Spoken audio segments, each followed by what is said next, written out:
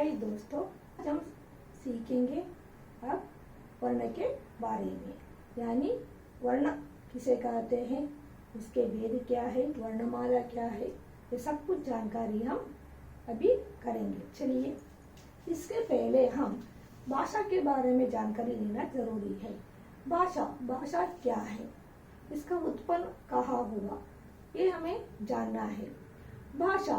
भाषा को हम जिस तरह कह सकते हैं, वो जिस साधन के द्वारा मनुष्य अपने मन के विचारों को दूसरों के सामने प्रकट कर सकता है और दूसरों के मन के विचारों को समझ सकता है, तो वो भाषा कहलाती है। हर भाषा के लिए अलग अलग के तरीके भी होती है और इसका लिपि भी अलग अलग सी होती है। आप तो जानते ही होंगे, जब लिखने का भाषा की लिखने के ढंग को हम लिपि कहते हैं। हिंदी भाषा की लिपि का नाम है देवनागरी। हर भाषा की अपनी ही लिपि होती है। भाषा का शब्द संस्कृत शब्द से उसे लिया गया है, वो इसका अर्थ है बोलना। अभी आप तो जान चुके हैं ना, हर भाषा की लिपि अलग अलग होती है। जैसे उदाहरण के लिए अंग्रेजी भाषा की लिपि का नाम है रोमन, और उर्दू भाषा की लिपि का नाम है फारसी, और पंजाबी की लिपि का नाम है गुरुमुखी, और तमिल भाषा की लिपि का नाम है तमिल।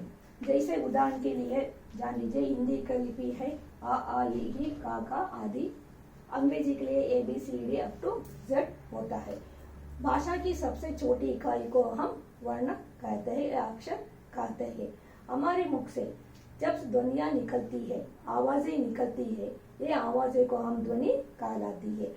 ये ध्वनियाँ जब हम बोली या लिखी जाती है तो वर्ण कहलाता है। हिंदी भाषा में या हिंदी भाषा की सबसे छोटी इकाई का हम वर्ण कहते हैं। इसे और टुकड़े हम नहीं कर सकते। इसे उदाहरण के लिए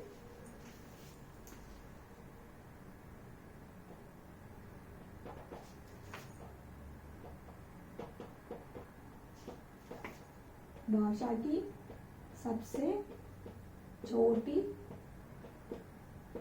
इकाई को वर्ण या अक्षर कहते हैं। अब हम वर्ण की परिभाषा देखेंगे। मुख से निकलने वाली जो ध्वनियाँ होती है, जिनसे शब्द बनते हैं, तो उसे हम वर्ण कहलाती है। प्रत्येक ध्वनि के लिए एक निश्चित वर्ण होता है। जैसे आ ई क ख घ आदि होता है। जब वर्णों के सार्थक समूह को है ना, उसे सार्थक शब्द बनते हैं, जब भी मीनिंगफुल होता है। वर्णों के समूह से हमें क्या बनते हैं, शब्द बनते हैं। शब्दों को और जोड़ने से हमें वाक्य बनते हैं। वाक्य भाषा की सबसे बड़ी इकाई है। अब वर्ण क्या है हमें सीख चुके हैं।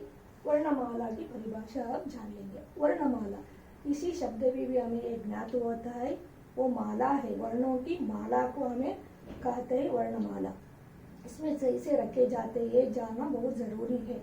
वर्णों को इधर स्वर और वर्णों को निश्चित क्रम में व्यवस्थित रूप से रखे जाते हैं। ये सकते हैं निर्धारित क्रम में व्यवस्थित रूप से रखे गए स्वरों और व्यंजनों के समूह को हम वर्णमाला कहते हैं। प्रत्येक भाषा के लिए अलग अलग का वर्ण होते हैं और उसके निश्चित क्रम में भी लिखे जाते हैं।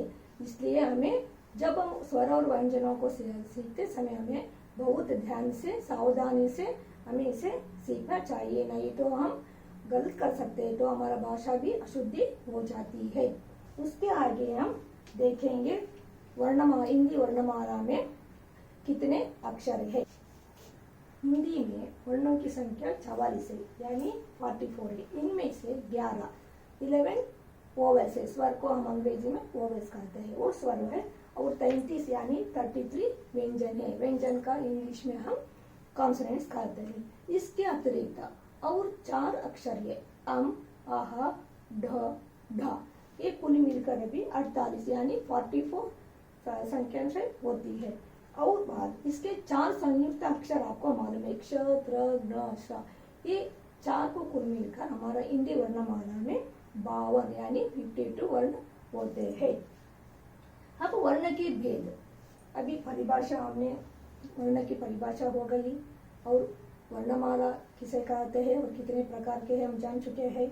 और वर्ण के भेद, वर्णों के भेद उच्चारण और प्रयोग के आधार पे किया जाता है। इसके अनुसार हमें दो भेद होते हैं, एक है स्वर तथा व्यंजन। स्वर को हमें अंग्रेजी में वोवेल्स कहते हैं और व्यंजन को हम कॉन्सोनेंट्स कहते हैं। अब हम सीखेंगे स्वर की परिभाषा। अब तो हम जान चुके हैं वर्ण में उच्चारण या प्रयोग के अनुसार हम दो भाग में इसे विभाजित किया गया है, एक है स्वर और दूसरा है व्यंजन। अब स्वर की परिभाषा देखेंगे। स्वतंत्र रूप से जिन वर्णों की किसी दूसरे अन्य के वर्णों की सहायता नहीं लेनी पड़ती है तो स्वतंत्र रूप से बोले जाने वाले वर्ण को हम स्वर कहते हैं। इसके उच्चारण करने के लिए हमें किसी दूसरे वर्ण की सहायता नहीं चाहिए। आप तो जानते ही है अभी स्वर कितने होते हैं। हिंदी भाषा में स्वर की संख्या 11 है। वे है अ, आ, इ, उ, ओ, री, ए, ऐ, ओ और औ। हा है, मैं आज इन दोनों को हम अयोगवाग कहते हैं। और आहा को हम अलग रखा है क्योंकि जब हम के उच्चारण करते हैं तो स्वर आ का भी होता है और ऊपर बिंदी लगते हैं उसे अनुस्वार वो भी होता है, इसलिए इसे हम स्वर भी माने जाते हैं और व्यंजन भी माने जाते हैं। इसलिए हमें उस पर अलग स्थल में हमें जगह दिया है। और आहा के भी ऐसे ही है। आहा तो इसे विसर्ग कहते हैं। आ का भी है और स्वर होता है। आहा का तो बड़ी हा तो व्यंजन आता है, इसलिए वो दोनों स्वर भी माने जाते हैं और व्यंजन भी माने जाते हैं। इसलिए आहा को अलग रखा है, इसलिए उन दोनों को हम अयोगवाग कहते हैं। हम और हा, हम आप तो देखते ही है ना, जब हम लिखते हैं तो आ और उसके ऊपर है, ये तो आ स्वर है और चंद्र बिंदु सॉरी बिंदु और अनुस्वार है। इस अक्षर में अं के अक्षर में आ स्वर भी है और अनुस्वार भी है। ये इसे ये रहे तो ये स्वर माना जाता है, ये रहे तो ये व्यंजन अलग सा है, इसलिए हम अक्षर को स्वर भी नहीं माना जाता है या व्यंजन भी माना नहीं जाता। ये दोनों को ये स्वर आवाज निकलती है, इसलिए इसे अलग सा रखा है। और आहा को भी ऐसी है। आहा है, आ का आवाज भी है, हा तो विसर्ग कहते हैं, इसकी आवाज भी दोनों आता है, स्वर का आवाज भी आता है और व्यंजन का भी आता है, इसलिए उसे दूसरे भाग में रखा गया है। इन दोनों को हम अयोगवाग कहते हैं। री स्वर के बारे में जानकारी लेंगे।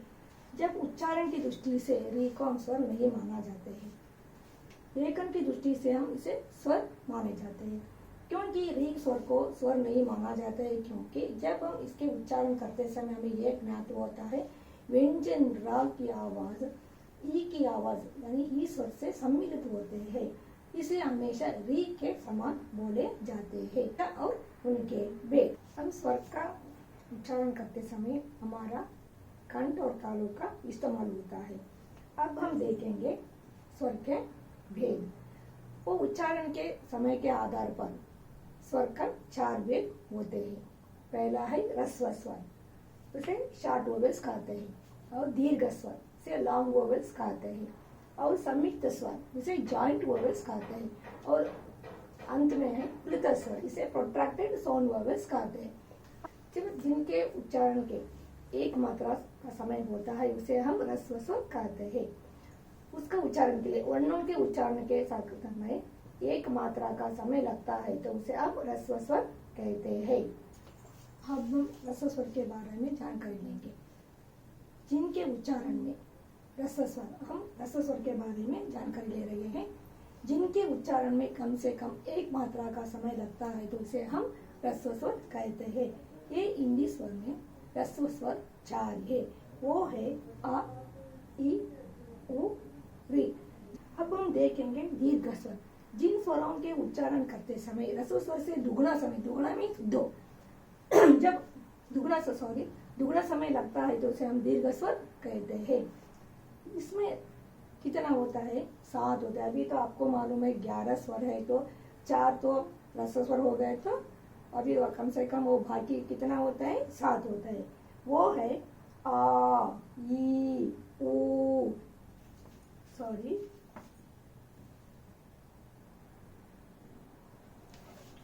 आ, ई, ऊ, ए, आई, ओ और औ, ये 7 दीर्घ स्वर होते हैं।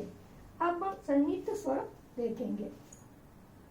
जो स्वर 2 भिन्न स्वरों के संयोग से बनता है तो उसे हम संयुक्त स्वर कहते हैं। इसमें आपने देख लीजिए इनकी रचना कैसे होती है, 2 भिन्न स्वरों के मेल से होती है। अब हम देखेंगे आ स्वर मिलने से, ई से मिलने से ए बनता है। आ अधिक ई तो बना ये, आ अधिक ए बने तो आई, आ अधिक ओ बने तो ओ, आ अधिक ओ बने तो औ बन गया।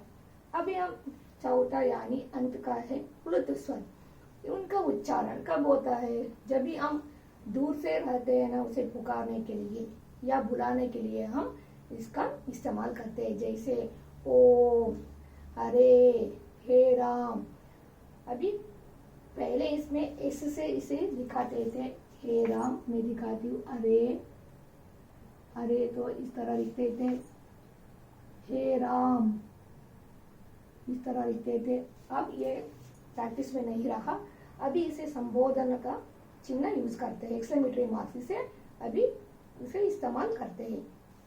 अब हम आगे देखेंगे प्लुत स्वर, प्रोट्रैक्टेड साउंड वोवेल्स के बारे में। अब हम चौथा या अंतिम भेद है प्लुत स्वर। जिन स्वरों के उच्चारण में या उच्चारण करते समय रस्व से तिगुना समय लगता है तो इसे हम प्लुत स्वर कहते हैं। इसके पहले इसका प्रयोग लंबे स्वर से ओम ऐसा हम उच्चारण करते हैं ना, इसके लिए, या दूर से रहने वालों को पुकारने के, अरे ओ सुनो, ऐसा हमें पुकारने के लिए या बुलाने के लिए हम इसका प्रयोग करते थे।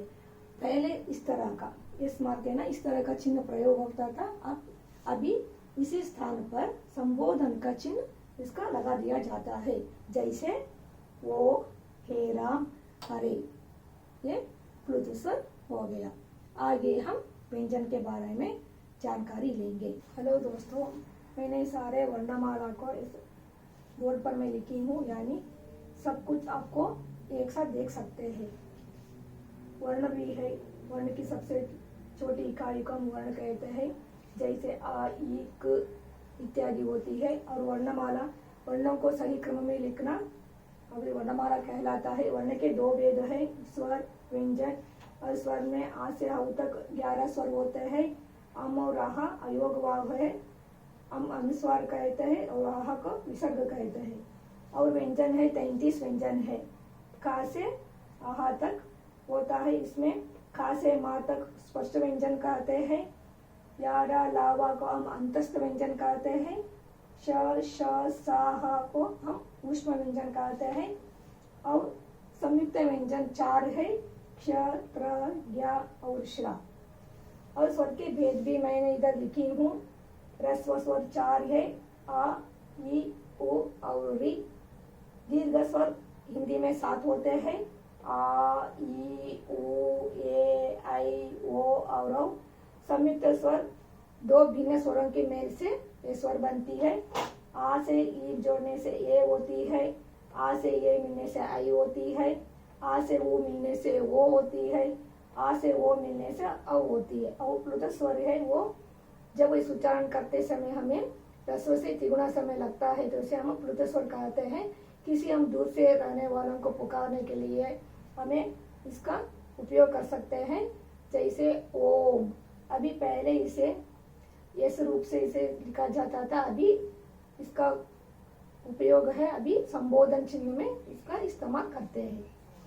अभी ये कुल मिलकर हमारा हिंदी वर्णमाला में 52 अक्षर है, इसलिए मैंने ये सभी को भिन्न भिन्न रूप क्या क्या है सभी मैंने आपको लिखी हूँ, आप अच्छी से जान सके। स्वर है 11, अयोग 2 है और ढ और ड है ना, ये फारसी से लिया है, इसको 2 है।